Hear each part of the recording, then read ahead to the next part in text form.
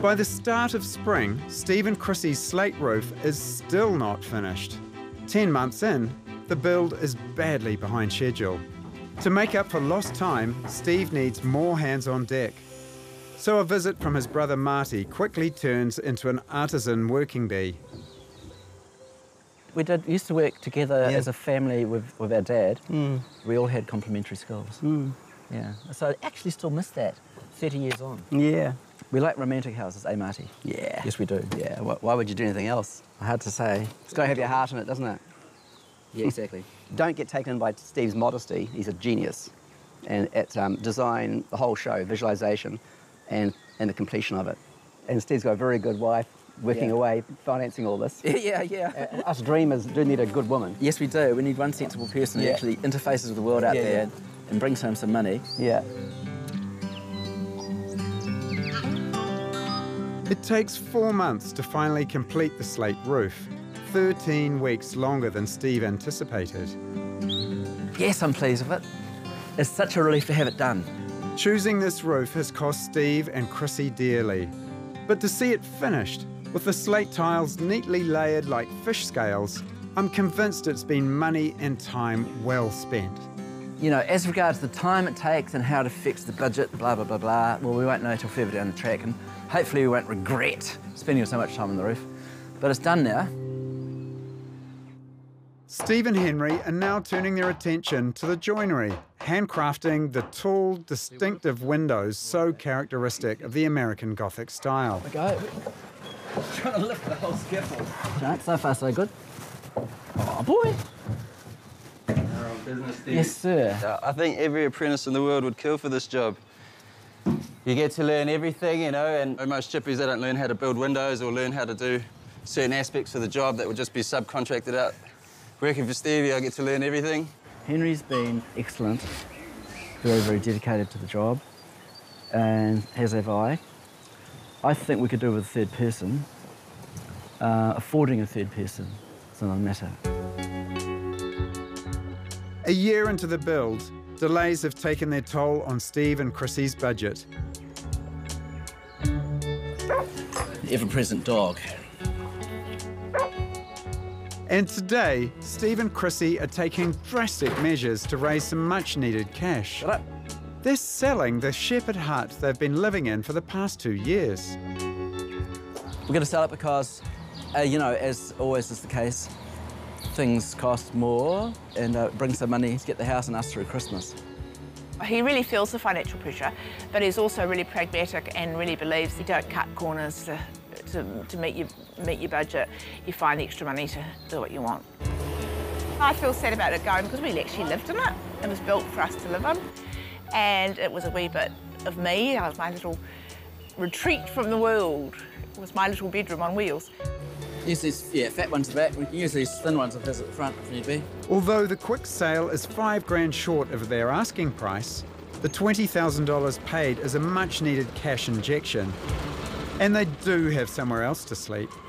This little cottage, we call it Mirabel's Cottage. We built this for our youngest daughter when she was a student. And we'll move into here, and because Mirabel's moved back into the city, and we'll be one shepherd hut less. She may be putting on a brave face, but with Christmas now just weeks away, Chrissy's hopes that the build would be finished in a year now look impossible. Initially, we thought maybe we'd live in caravans and shepherd huts no more than a year, and it's been over 3 years now. So, yeah, I wouldn't have done it. I think we wouldn't have done it if we knew it was going to take that long.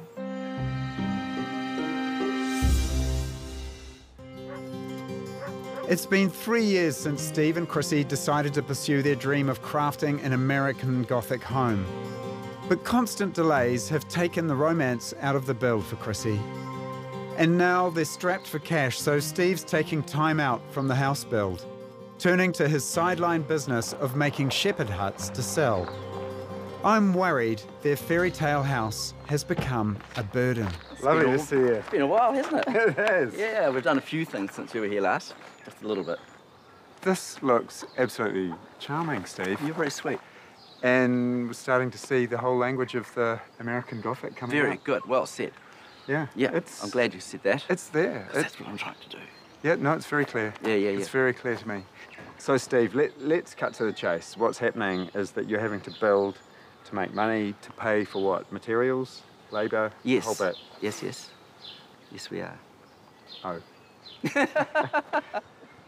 So one of the implications could be that the business is doing so well that all your energy goes that way. Yeah, it could be. To looking after clients and running a successful business Well, and not finishing your house. Yeah, no, you're quite right. That could be an implication. I'm a bit scared of that.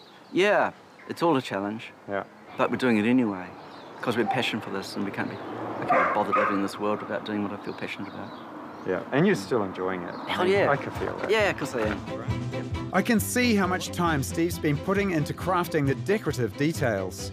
But the inside reveals another reason why progress has been slow. Steve's framing isn't as ordinary as it first appeared. This is a sturdy house built to last for centuries.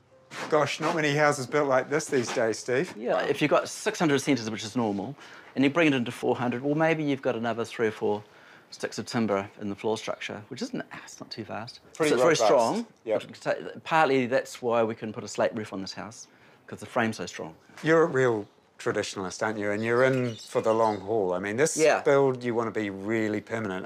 I feel it even, you know, like in the floorboards, these lovely big wide floorboards.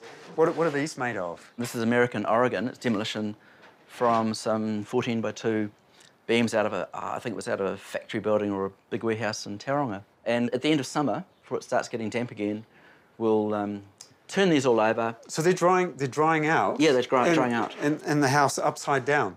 Is that what you're saying? That's exactly right. Yep, it's my dad's old trick. That's how they used to build back in the 40s and 50s. The other thing that I really love is the way to get the sense of asymmetry. I mean, there's a wonderful thing going on spatially. Yeah, and asymmetry, quite right. Yes. That this room, compared to that room, they're shifted slightly. Yeah. They're not all lined up like soldiers. No. You know, there's a bit of a dance Yes. in amongst the trees, Yes. and it feels wonderful. Steve's dedication to maintaining and even exceeding building standards is truly impressive.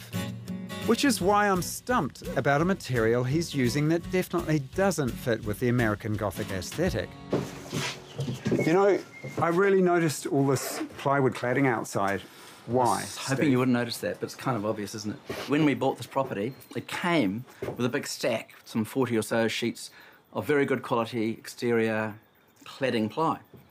And, you know, I thought, well, I'll just consider it God's will. We have to have ply. We're going to do ply. But isn't that compromising the whole authenticity of the build? I hope not, Chris. We're just using it as a background board. It'll functionally achieve what we needed of it. And you won't look at it and say, oh my God, look at that plywood house. It won't appear to be a plywood house. It'll just appear to be board and batten. We put extra preservative on cut joins and we paint everything thoroughly. Oil-based paint. Steve, there's so much effort in the work that you do, you know, to make things look good. But at the same time, there's a really deep pragmatism there too. I look at what we have and I think how best to use it and how best to mitigate any negative aspects of any particular material. There is control compromise all the way through because there's such a lot to achieve. The time issue is crucial because it's not just about you, it's about Chrissy. I know I should get back to work then, shouldn't I, really? Yeah. The gate's down there. Steve has clearly thought through his one concession to budget over authenticity. I just hope he doesn't regret it later. To save money, Steve and Chrissy have spent years treasure hunting for second-hand fixtures and fittings. And now one of their most remarkable finds is getting a makeover.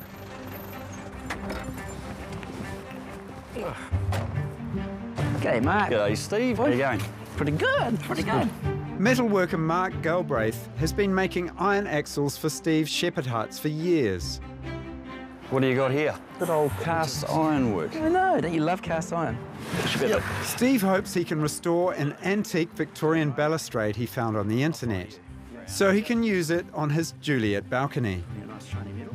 It's all complete apart from this bit here which got broken out probably in the 1940s during the war. And what have you got to put in there, though? Good question. I think we can make a reasonable job, it won't be too obviously different, to transfer this little flower motif and weld it into hopefully these 3 points. 3 points there, yep. Yeah, which is where your expertise comes in. Yep. So there's this too, Mark. Yeah, you got more. Yeah, I know, but wait, there's more.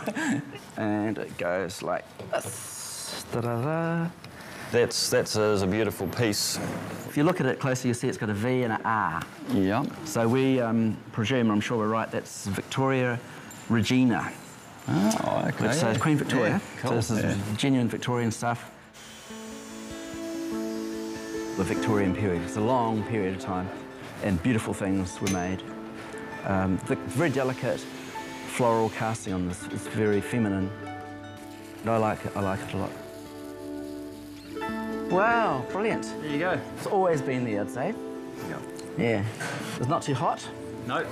Oh, look at that. Look at that. Look at that. It's like it never even broke. As always, enjoy your interesting projects and can't wait for the next one. Yeah. Even though Steve and Chrissy may be saving money on second-hand supplies and fittings, the cost of this build is now looking well over Chrissy's early estimate. We initially hoped it would be about 300,000, didn't we, to build? To build the house, I want to build the section, Yeah. But I think it's probably it will be closer to, it will be 5 really when it's finished, eh? Yeah, I reckon we probably would have spent 5 here. Yeah. And we've had to borrow more money than we thought we would. Yep. And that's, getting into, sort of coming up to, not retirement, but, it would have been nicer not to have had to borrow that much money. But yeah, I think we were very optimistic. But I think you have to be optimistic, otherwise you don't start building houses. And you continue to trust in me, which is stupid, considering my track record. I'm always foolishly ambitious and optimistic. Optimistic, I think, is better. And I refuse to learn my lessons. Gonna do it anyway, bugger it. Steve and Chrissy have always been a bit unsure about their budget, which is not unusual for a self-build. What's clear is that Steve now needs all the help he can get, and family are coming to the rescue. Daughter Mirabelle has taken time out from her university psychology degree to lend a hand. Being here full-time, it makes me realise how much work goes into it. Like, every little thing needs to be done and sanded and redone and filled. And it's not as straightforward as I thought, but that's also the way Dad does things. That helps, doesn't it? Yes. He likes the beauty in things. He likes to decorate and have it kind of be romantic and pleasing to the eye. Dad's a bit more of an artist than a builder.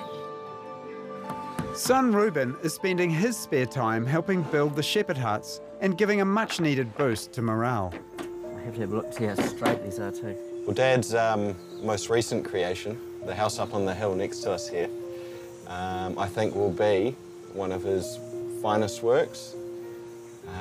There's a lot about it that's different, interesting, and it really screams Dad. It's almost like you've been climbing a pyramid, and this house is a part of every step that you've taken. That's a good way to And it's a little bit of me, and it's a lot of Mum, and it's a lot of you as well. Yeah. And it's going to be somewhere to be enjoyed by all of our family and friends. That's your thing. To see Dad, his progress through life to this point has been something that I've had huge admiration for, really have. He's a very clever man, and I've learned a lot from him. And I continue to learn a lot from him.